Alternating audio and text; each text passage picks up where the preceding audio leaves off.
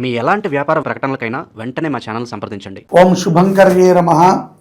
గురు బ్రహ్మ గురుర్విష్ణు గురుర్దేవో మహేశ్వర గురు సాక్షాత్ పరబ్రహ్మ తస్మై శ్రీ గురవే నమః. ఆదిత్యాయ చ సోమాయ మంగళాయ బుధాయ చ గురు శుక్రః శనిభ్యశ్చ రాహవే కేతవే నమః. నిఖిల శ్రేయోదాయిని సర్వకార్య సిద్ధిప్రద పరబ్రహ్మస్వరూపిణి శుభంకరీ నమోస్తుతే. అస్మత్ శ్రీ గురుచరణారవిందాభ్యాం నమః. శ్రీ శ్రీ శ్రీ గణపతి సచ్చిదానంద సద్గురుభ్యో నమో నమః. మహాగణేశాయ నమః. ఆదిత్యాది నవగ్రహ దేవతాభ్యో నమో నమః. మకర రాశి జాతకులకి డిసెంబర్ నెలలో గల గోచార ఫలితాలను తెలియజేస్తున్నాము, శ్రద్ధగా ఆలకించండి. ఈ యొక్క మకర రాశి జాతకులకి, ఉద్యోగస్తులకి ముఖ్యంగా మీరు చేసేటువంటి సంస్థలో కానీ, మీరు చేసేటువంటి ఉద్యోగ వ్యవహారంలో కానీ, ఆ కంపెనీలో కానీ, ఆ యొక్క ప్రిమ్స్లో మీకు చాలా గౌరవం లభిస్తుంది. మిమ్మల్ని ఆదర్శంగా కూడా తీసుకుంటారు. మంచి సన్మానాలు జరుగుతాయి. ప్రముఖులని కలుస్తారు. మీ యొక్క లైఫ్ అచీవ్మెంట్ని డిసెంబర్లో పూర్తి చేస్తారు. కొంతమందికి మకర రాశిలో ఉన్నటువంటి ఒకళ్ళకి ఇద్దరికి కొంత ఏదైనా మానసికమైనటువంటి ఇబ్బందులు ఉండవచ్చు. అది ఎక్కడైనా మీ స్వజాతకంలో దోషమైతే తప్ప, నార్మల్గా అయితే కనుక గోచారమురీత్యా ఇటువంటి ఫలితాలు ఉన్నాయి. వివాహ జీవితము చాలా ఆనందదాయకంగా ఉంటుంది. ఈ యొక్క గడుస్తున్నటువంటి 2025వ సంవత్సరం వేడుక సభని చాలా అద్భుతంగా మీరు ప్లాన్ చేసుకుంటారు. ఖర్చు తక్కువగా సుఖముతో సంతోషముగా గడుపుతారు అనటంలో ఎటువంటి అతిశయోక్తి లేదు. విద్యార్థులు కూడా, మకర రాశిలో ఉన్నటువంటి విద్యార్థులు వారి యొక్క స్థితికి మించే చదువుతారు. అనుకోని రీతిలో మంచి మార్కులే వస్తాయి. చాలా చక్కగా ఉంటారు, ఆనందంగా గడుపుతారు. అలాగే కోర్టు వ్యవహారాలు, మకర రాశి వారికి కోర్టు వ్యవహారాలు ఎప్పటికప్పుడు చిక్కులానే ఉంటాయి. కానీ ఒక మొండి వైఖరితో విజయాన్ని సాధించడానికి ప్రయత్నం చేస్తూ ఉంటారు. నేను మకర రాశి వారికి చెప్పేది ఒకటే మాట అండి. స్వతహాగా మీరు మంచివారు అయి ఉండొచ్చు, మీకు సత్వగుణం ఉండొచ్చు. కానీ ఇక్కడ తమో గుణము, రజోగుణములు కూడా బాగా పెరుగుతున్నాయి. ఊరికినే మనము అనవసరంగా ఎవరెవరినో ఏదేదో అనుకోవటము, ఏదేదో లేనిపోని మాటలు అనటము, సంబంధం లేకుండా ఏదో ఎప్పుడో ఏదైనా పొరపాటు జరిగి ఉంటుందేమో, మనకన్నా పెద్ద పొరపాటు అయితే వాళ్ళు చేయలేదు, కానీ ఏదో మనం అనుకుంటాం కదా వాళ్ళు మనకన్నా పెద్ద పొరపాటు చేశారు, దాన్నే పట్టుకుని ఏదో హీనంగా మాట్లాడటము, వాళ్ళని బాధ కలిగించటము మాత్రము చేయకండి మకర రాశి వారు. తద్వారా అటుపక్క శత్రువు యొక్క అనుగ్రహాన్ని కూడా పొందుతారు. అంతే తప్ప నేనేంటో చూపిస్తా, నేను తాట తీస్తా, లేకపోతే ఏదో బూతులు, ఇవన్నీ మనకి చల్లని పని.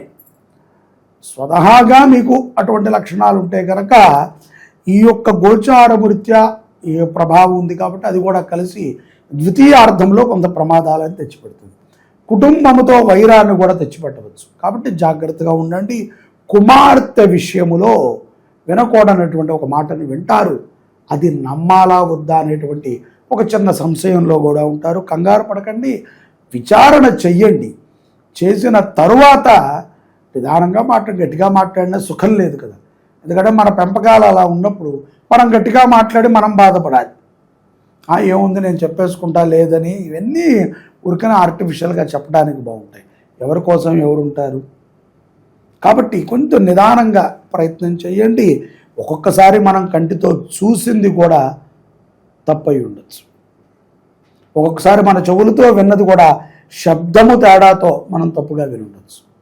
కాబట్టి ఆత్రపడకండి. కోపాన్ని తగ్గించుకునేటువంటి ప్రయత్నాన్ని మకర రాశి జాతకులు చేయండి. వైవాహిక జీవితం కూడా బాగుంటుంది. సమాజంలో పేరు ప్రఖ్యాతులతో పాటుగా శత్రువులపైన కూడా విజయం సాధిస్తారు.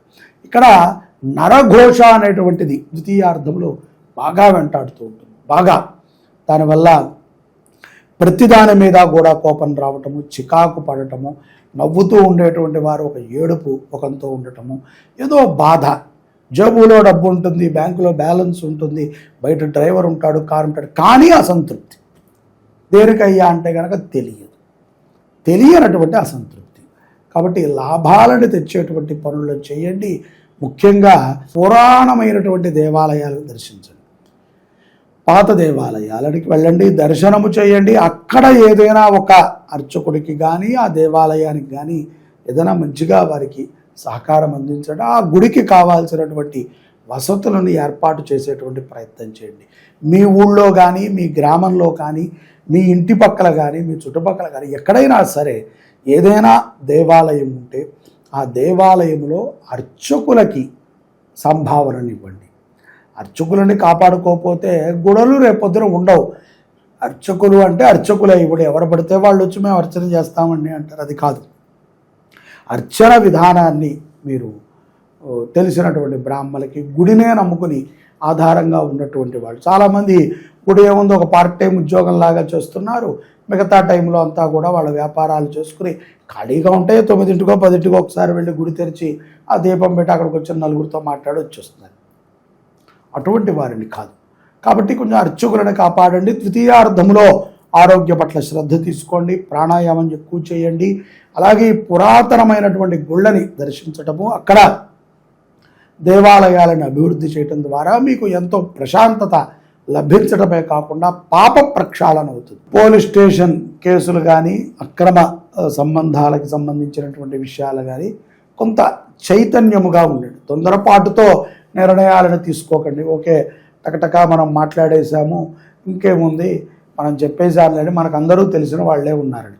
తెలిసిన వాళ్ళు ఎక్కువగా ఉండటము కూడా మోసానికి కారణమవుతుంది. ఎక్కువగా తెలిసిన వాళ్ళు ఉన్నారనుకోండి మోసపోతాం. అదే ఎక్కువగా తెలిసిన వాళ్ళు లేరనుకోండి సుఖపడతాం. తెలిసిన వాళ్ళు ఉండకపోవటమే మంచిది. ఎందుకంటే మనము తప్పు చేసేటప్పుడే మనకు తెలిసిన వాళ్ళు ఎక్కువ మంది ఉండాలి. మనం దొంగ పని చేసేటప్పుడే మనకి సెక్యూరిటీ ఎక్కువ ఉండాలి. ఎందుకంటే మనం దొంగలేం కదా, మనం ఎవరికి దొరకకుండా చుట్టుపక్కల వాళ్ళు కాపాడుతారు. కాబట్టి సెక్యూరిటీ మనకు తెలిసిన వాళ్ళు ఉన్నారు, వాళ్ళు నాకు తెలుసు, ఇవన్నీ ప్రపంచానికి దొంగ ముందు ఎక్కువసేపు పట్టదు. విశ్వం మిమ్మల్ని చూస్తోంది, చూసేది విశ్వం. దీంట్లో మన చుట్టూ మనుషులు తయారయ్యారంటే డబ్బు కోసము, మనని వాడుకుంటాం కోసము. మనం ఏంట్రా అంటే అమాయకులం, మనమే వాళ్ళని వాడుకుంటున్నాం అనుకుంటున్నాం. తప్పు. ఆ పేదవాడే మనని వాడుకుంటున్నాడు అంతే. వాడే లేకపోతే నువ్వు గొప్పవాడే అవ్వలేవు కదా. కాబట్టి అటువంటి జ్ఞానంతో మనం విచక్షణగా ఉండాలి. పిల్లలకు కూడా మంచి మార్గాలు నేర్పండి. కుమార్తె విషయంలో జాగ్రత్త పాటి నిర్ణయాలను తీసుకోండి. ఇవి అందరి ఇంటికి జరుగుతూ ఉంటాయి, ఇంటింటికి. కానీ ఓకే మనం కప్పిపుచ్చినంత మాత్రాన సత్యము అసత్యము కాకపోదు, అసత్యము సత్యము కాకపోదు. కప్పిపుచ్చినంత మాత్రాన దేని రూపం దానికి బయటపడుతుంది. కంగారు పడక్కర్లేదు. అటు ఓపికగా ఉండటము, ధర్మబద్ధమైనటువంటి విషయాలను ఆచరణ చేయటము, నిజాయితీగా ఉండటము, కోపాన్ని తగ్గించుకోవటము ప్రధానమైనటువంటి అంశము మకర రాశి జాతకులకి డిసెంబర్. శివాయ గురవే నమః.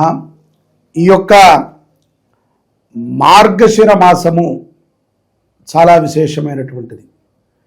ఈ యొక్క మార్గశిర మాసములో ఆరుద్ర నక్షత్రము మరింత గొప్ప విశేషమైనటువంటిది. డిసెంబర్ 7వ తారీఖు ఆరుద్ర నక్షత్రం.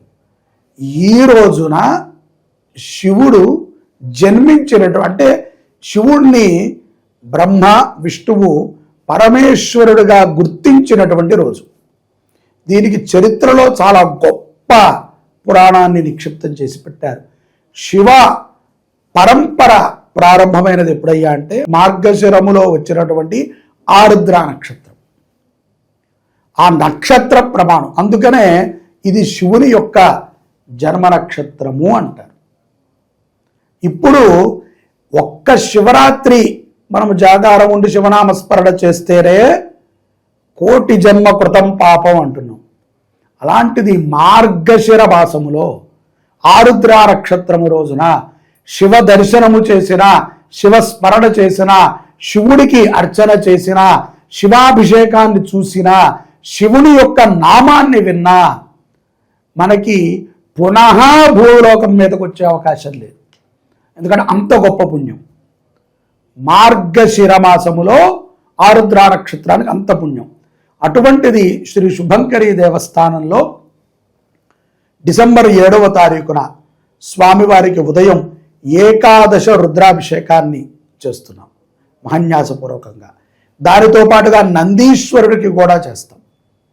దానితో పాటుగా స్వామివారికి విశేషమైనటువంటి అన్నార్చన కార్యక్రమాన్ని 7వ తారీఖు చేస్తున్నాం.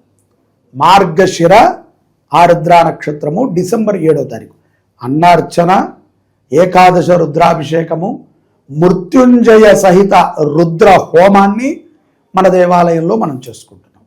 ప్రతి ఒక్కరూ మీ దేవాలయాల్లో కుదిరితే చేయండి, లేకపోతే ఇక్కడ మీ గోత్రనామాలు నమోదు చేసుకోండి. 516 రూపాయలు కడితే ఇంత కార్యక్రమం మన పేరు మీద జరుగుతుంది. అందరూ ప్రతి ఒక్కరూ కూడా అవకాశం ఉన్నవాళ్ళు 516 చెల్లించటం, మన పేరును నమోదు చేసుకుంటాం. మన యొక్క శుభంకరి ఫేస్బుక్లో లైవ్ పెడతారు, మన భక్తి సమాచారం వాళ్ళు కూడా లైవ్ ఇస్తారు. అందరూ ఆ రోజు శివదర్శనం చేయాల్సిందే, ఆ రోజు శివదర్శనం చూడాల్సిందే. మీరు కట్టండి కట్టకపోండి, అది మీ యొక్క ప్రారంధము, మీ యొక్క ధనముకు సంబంధించిన విషయం. దర్శనము చేయండి, పుణ్యం పొందండి, అంతే పోను అదేనే చేయండి.